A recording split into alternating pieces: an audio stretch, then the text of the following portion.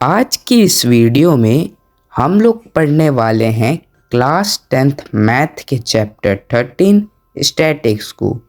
आज की इस वीडियो में मैं आपको इस चैप्टर से रिलेटेड सारे कॉन्सेप्ट्स को पॉसिबल एनिमेशन के थ्रू पढ़ा दूंगा।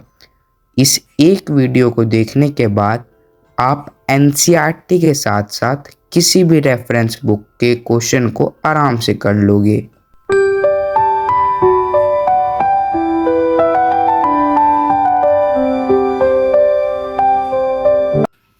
इस चैप्टर के नाम को पढ़ के सबसे पहले मन में ये सवाल आता है कि स्टैटिक्स क्या होता है। स्टैटिक्स ऐसी मैथमेटिक्स होती है जिसमें हम collecting, analysing, interpreting, arranging and presenting करना सीखते हैं डाटा का। स्टैटिक्स 3 चीज़ों से मिलकर बनी है, मीन, मीडियन एंड मोड। आइए इनको एक एक करके डिटेल में एग्जाम्पल के साथ पढ़ते हैं। मीन एवरेज वैल्यू होता है किसी भी सेट ऑफ नंबर्स या डाटा का। मीन 2 टाइप के डाटा के फॉर्मेट में मिलता है, जिसमें पहला है रो डाटा एंड दूसरा है ग्रुप्ड डाटा। चलिए रो डाटा को डिटेल में एग्जाम्पल के साथ पढ़ते हैं।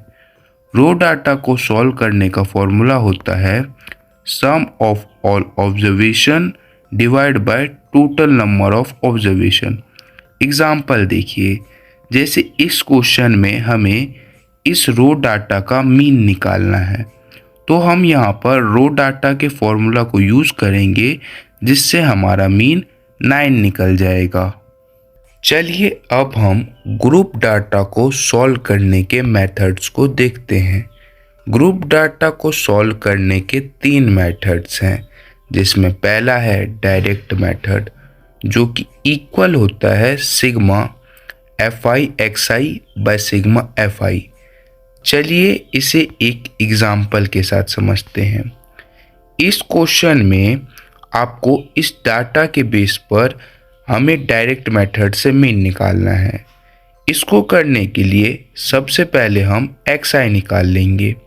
xi upper limit plus lower limit by 2 के इक्वल होता है। जैसे पहले वाले टर्म में देखिए, यहाँ पर 0 to 2 लिखा है, तो हम इन दोनों का सम करके इनको 2 से डिवाइड करेंगे तो हमारा 1 आ जाएगा।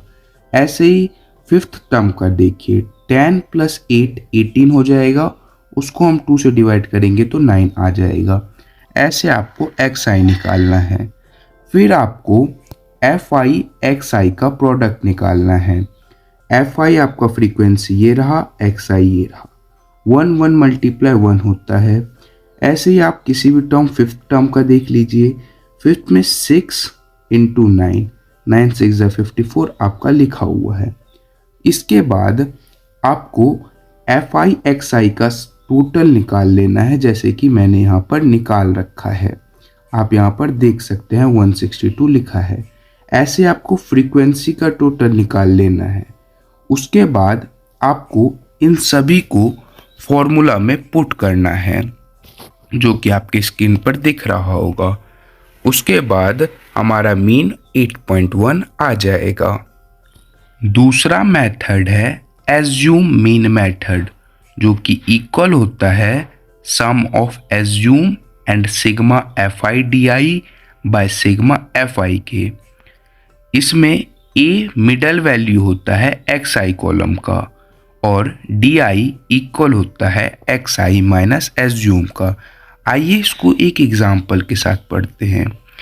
इस डाटा को हमें सॉल्व करना है एज्यूम मीन मेथड से। इसको सॉल्व करने के लिए सबसे पहले आपको xi निकालना पड़ेगा, जो कि मैंने आपको प्रीवियस क्वेश्चन में बताया था कि upper limit plus lower limit by 2 होता है। उसके बाद आपको इसमें से एज्यूम करना पड़ेगा कुछ भी xi में से। xi का मैं आपको सजेस्ट करूँगा कि आप xi के मिडल वैल्यू को एज्यूम कर लीजिए। जैसे यहाँ पर मिडल वैल्यू 7 है, तो मैं 7 को आपको सजेस्ट करूँगा 7 को आपको एज्यूम कर लेना है, जैसे कि मैंने कर लिया है। उसके बाद डी निकालने के लिए आपको xi में से a को माइनस करना पड़ेगा। जैसे पहला टर्म निकालने के लिए हम 1 में से 7 को माइनस करेंगे तो हमारा -6 वैल्यू आ जाएगा। ऐसे ही अगर हमें 6th का निकालना है तो 11 - 7 करेंगे तो हमारा 4 आ जाएगा। उसके बाद हमें इन सब का प्रोडक्ट निकालना पड़ेगा। जैसे fi एंड हमें di का प्रोडक्ट निकालना पड़ेगा। fi 1 है एंड di हमारा -6 है, तो हम इन दोनों का प्रोडक्ट करेंगे तो हमारा -6 आ जाएगा। ऐसे 5th क्लास का देखिए, यहाँ पर fi 6 है एंड di 2 है, तो 6 2 12 हम निकाल लेंगे। उसके बाद हमें इन सब का सम निकालना पड़ेगा। पूरे fi di का यहाँ पर सम देखिए 22 आ जाएगा एंड पूरे फ्रीक्वेंसी का सम है 20। अगर हम इन सारी वैल्यू को हम अपने एज्यूम मीन मेथड के फॉर्मूला में पुट करेंगे तो हमारा अगेन 8.1 मीन आ जाएगा। अब हम तीसरा मेथड स्टेप डेविएशन मेथड को पढ़ने वाले हैं। इसका फॉर्मूला होता है assume plus sigma fi ui bye sigma fi into h। यहाँ पर a मिडल वैल्यू होगा xi कॉलम का, जिसे हम एज्यूम कहते हैं, एंड ui निकालने का फॉर्मूला होगा xi minus a by h, और h यहाँ रिप्रेजेंट करता है क्लास साइज को। चलिए इसे एक एग्जाम्पल के साथ पढ़ते हैं। इस डाटा में आपको मीन निकालना है स्टेप डेविएशन मेथड से। तो सबसे पहले हम xi निकाल लेंगे इसमें, जो कि मैंने आपको प्रीवियस क्वेश्चन में बता रखा है, upper limit plus lower limit by 2, and then हमें ui निकालना होगा। ui का फॉर्मूला है xi minus a by h। उसी तरह से हम इसको निकाल लेंगे, तो यहाँ पर हमारा पहले टर्म का -3 आ जाएगा एंड दूसरे टर्म का -2, ऐसे ही करते करते लास्ट टर्म का 3 आ जाएगा। और हमें इसके बाद इनके fi एंड ui का प्रोडक्ट निकालना होगा, जो कि इसमें मेन है। सो आप यहाँ पर पहले क्लास का देखिए, fi हमारा 1 है एंड ui -3 है, सो हमारा प्रोडक्ट -3 है। ऐसे ही 7 टर्म का देख लीजिए, यहाँ पर f फ्रीक्वेंसी हमारा 3 है एंड यहाँ पर ui हमारा भी 3 है, तो इनका प्रोडक्ट 9 हो जाएगा।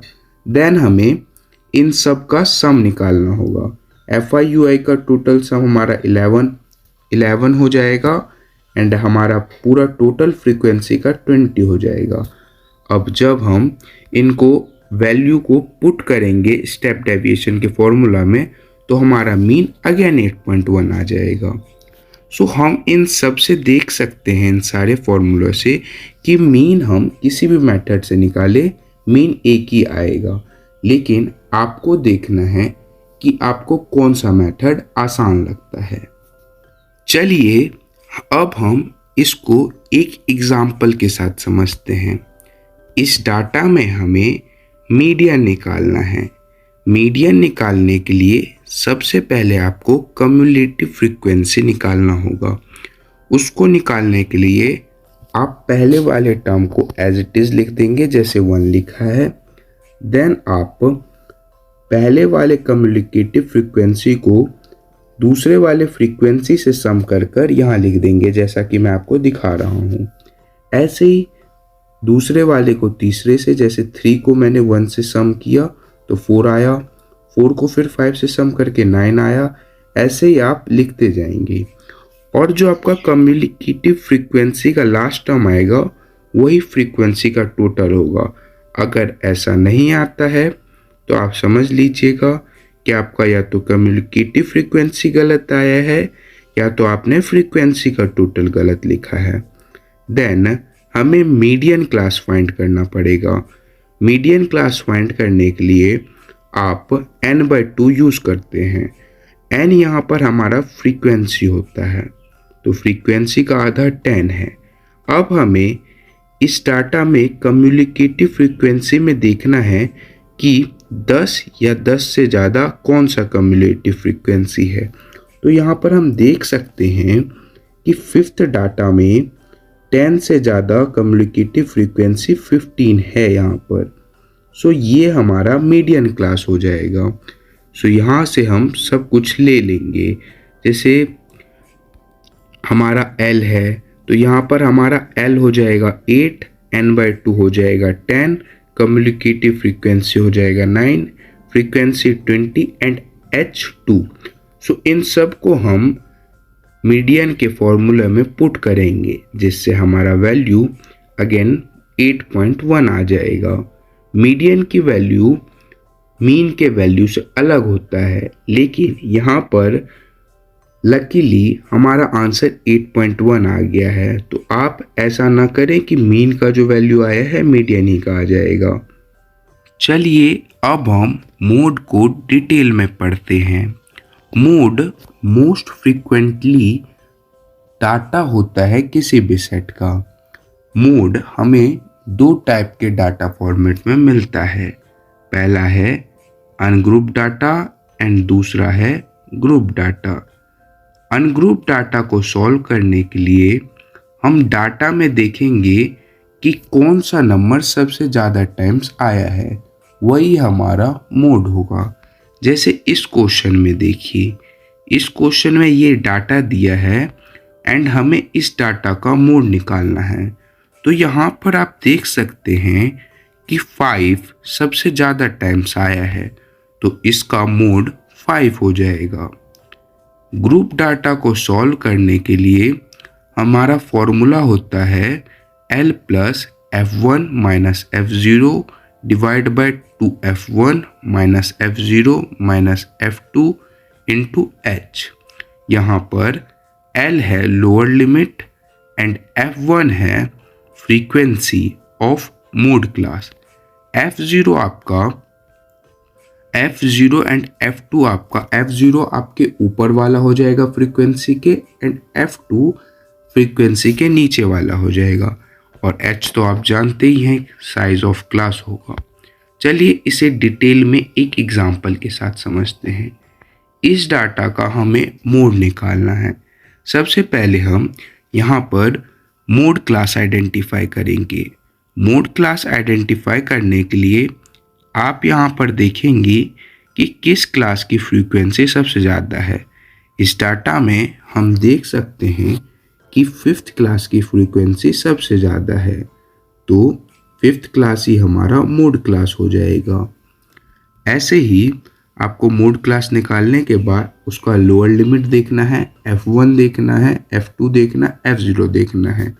जैसे यहाँ पर हमारा 5th क्लास मोड क्लास है, तो यहाँ पर हमारा F1 तो 6 हो जाएगा, लेकिन F0 मोड क्लास के ऊपर वाला होता है, तो F0 हमारा 5 हो जाएगा एंड F2 हमारा 2 हो जाएगा। और H तो आप यहाँ से निकाल लेंगे, upper limit minus lower limit. अब इन सारी वैल्यूज़ को आप अगर मोड क्लास के फॉर्मूला में पुट करेंगे तो आपका मोड 8.4 आ जाएगा। नेक्स्ट हम रिलेशन देखने वाले हैं मीन, मीडियन एंड मोड के बीच में। मीन, मीडियन, मोड के बीच में ये रिलेशन होता है कि मोड इक्वल होता है 3 मीडियन - 2 मीन के। यहाँ तक मेरी पूरी वीडियो देखने के लिए आप सभी का धन्यवाद। अगर आपको वीडियो पसंद आई है तो आप इसको लाइक कर सकते हैं, चैनल को सब्सक्राइब कर सकते हैं और अपने दोस्तों के साथ शेयर कर सकते हैं। धन्यवाद।